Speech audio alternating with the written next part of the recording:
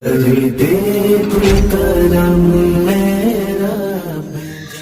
علیکم ورحمۃ اللہ وبرکاتہ. میں گلزار ندوی آپ کا بھائی خوش آمدید آپ کو قرآن سن پر. آپ اس ویڈیو کو کلک کیے مطلب کہ آپ کو قرآن سے شوق ہے, آپ سے قرآن سے لگن ہے, آپ کو قرآن سیکھنے کا ایک جذبہ ہے. تو انشاءاللہ کوشش کیجئے کہ آپ اس ویڈیو سے دیکھنے سے پہلے آپ سب سے پہلے ویڈیو جو اسٹارٹنگ بتا رکھا ہوں وہاں سے چیپٹر بائی چیپٹر اگر دیکھتے آئیں گے تو انشاءاللہ آپ کو سمجھ میں آ جائے گی. اگر ڈائریکٹ آپ تختی نمبر جو میں آج پڑھانے والا ہوں 21 اور 22 اگر ڈائریکٹ دیکھیں گے تو آپ کو سمجھنا بہت مشکل ہو جائے گا. اس لیے آئی کا بٹن پر یا یہاں پر ڈسکرپشن میں سب سے اچھا ہے آئی کا بٹن مت جاؤ نہ ڈسکرپشن میں جاؤ, سب سے اچھا ہوم پیج پر جاؤ. ہوم پیج کہاں پر ملے آپ کو؟ میرے جو فوٹو بنا ہوا ہے قرآن سورت کے بغل میں فوٹو چھوٹا سا گول سا ہے, گول سا, وہاں پر کلک کیجئے آپ کو ہوم پیج آ جائے گا. ہوم پیج آنے کے بعد آپ ویڈیو پہ جائیے, جو ویڈیو لکھا ہوا VIDEO ویڈیو پہ جائیے, آپ کو پورا ویڈیو میرا آ جائے گا. تو سب سے پہلے لاسٹ میں جائیے جو میرا تختی نمبر, اگر اردو پڑھتے تب ٹھیک ہے, اگر ہندی میں دے رکھا ہوں, ہندی اردو دونوں میں دے رکھا ہوں. تختی نمبر 1 پر کلک کیجئے آپ. تختی نمبر 1, تختی نمبر 2, تختی نمبر 3, جس ٹائم میں آپ کو ٹائم ملے اچھی طرح اس ٹائم دیکھیے, لیکن پورا دیکھیے ورنہ آپ کو کوئی فائدہ نہیں ہوگا. اگر آپ سے قرآن سے محبت نہیں کرتے, آپ چاہتے نہیں, تو پھر دیکھنے سے کوئی فائدہ نہیں ہوگا. چلیے میں آپ کو اسٹارٹنگ کرتا ہوں تختی نمبر 21 اور تختی نمبر 22. تو تختی نمبر 21 اور تختی نمبر 22 میں تختی نمبر عربی پڑھ رہے ہیں تو ہم لوگ تختی نمبر اس کو بھی سیکھ لیں گے گنتی کو, تختی نمبر 21 اور 22 کو کیا کہتے ہیں. تختی نمبر 21 اور 22 کو کیا کہتے ہیں؟ تو 20 کو کہتے ہیں احد و 20. احد و 20 کہتے ہیں 21 کو, احد و 20 واو لگا کے 20. احد و 20 کیسے کہتے ہیں 21 کو, اور وہ اسنان و 20, اسنان و 20 ٹھیک نا, اسنان و 20 22 کو کہتے ہیں. احد و 20 اسنان و 20, احد و 20 21 کو کہتے ہیں, اسنان و 20 22 کو کہتے ہیں.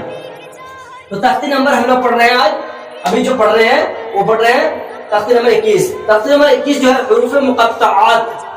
تو آپ نے یار یہ کون سا نئی چیز آ گئی مقطعات. میں زندگی میں کبھی نازہ پڑھتے پڑھتے اتنا بڑا ہو گیا ہوں, مطلب 22 25 100 مطلب 60 سال ہو گیا ہوں, 45 سال ہو گیا, 25 سال ہو گیا, 30 سال ہو گیا, ابھی تک مجھے کوئی بتایا نہیں حروف مقطعات کیا ہوتا ہے. چلیے کوئی بات نہیں, اگر آپ نہیں سیکھیں تو انشاءاللہ میں بتاؤں گا حروف مقطعات کسے کہتے ہیں, اسے کیا یوز ہوتا ہے, کیا استعمال ہوتا ہے.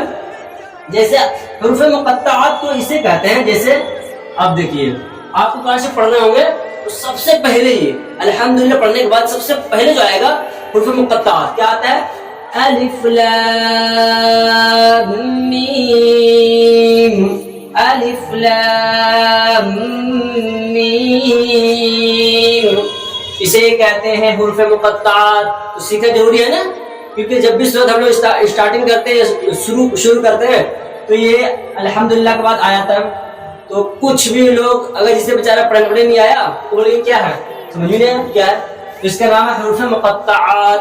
حروف مقطعات اسے کھینچ کے پڑھتے ہیں. اور اس کا اور بھی بہت ساری چیز ہے, اگر اس کا معنی بتاؤں یا پھر اور کچھ بتاؤں تو پھر آپ کو کنفیوز ہو جائے گا کہ آپ سکھانے والے کی تفسیر پڑھا رہے ہیں.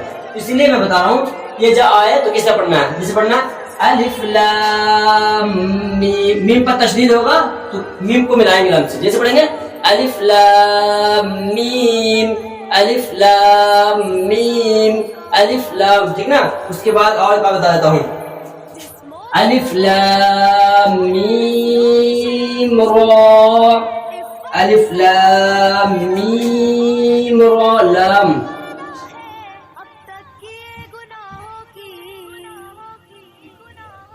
ٹھیک نا, الف لام میم را. ایک اور ہے جو کٹھین ہے لیکن یہ بتانا بہت ضروری ہے, قاف ہا یا عین صاد. اس 16واں پارہ میں ہے, دھیان دیجیے گا تو آپ ضرور پڑھیے گا, یا عین صاد ہے نا.